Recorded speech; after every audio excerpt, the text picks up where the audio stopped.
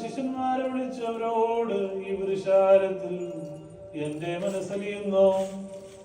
എന്തെന്നാൽ ഇതാ അവർ 3 ദിവസമായി എന്റെ അടുക്കൽ താമസിക്കുകയാണ്.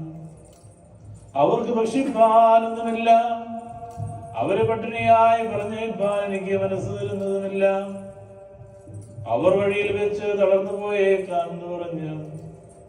അപ്പോൾ ശിഷ്യന്മാർ ചോദിച്ചു, ഈ പുരുഷാരത്തെ മുഴുവനും തൃപ്തിപ്പെടുത്തുവാൻ വേണ്ട അപ്പവും ഈ ജനപ്രദേശത്ത് എവിടെ നിന്ന്?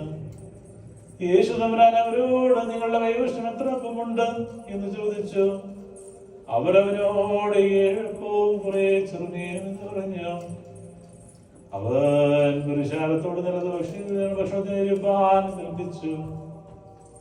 പിന്നീട് 7 അപ്പവും മീനും എടുത്ത് സ്തോത്രം ചെയ്ത് മുറുക്കി തന്റെ ശിഷ്യന്മാരെ ഏൽപ്പിച്ചു. ശിഷ്യന്മാരത് പുരുഷാരത്തിന് വിളമ്പുകയും ചെയ്തു. അവർ എല്ലാവരും ഭക്ഷിച്ച് തൃപ്തരായി.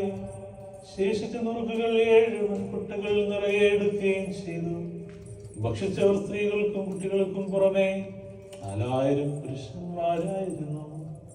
അനന്തരം അവർ പുരുഷാരങ്ങളെ പിരിച്ചുവിട്ട് കപ്പലിൽ കയറി മദ്ഗലയുടെ അതിർത്തിയിൽ എത്തുകയും ചെയ്തു.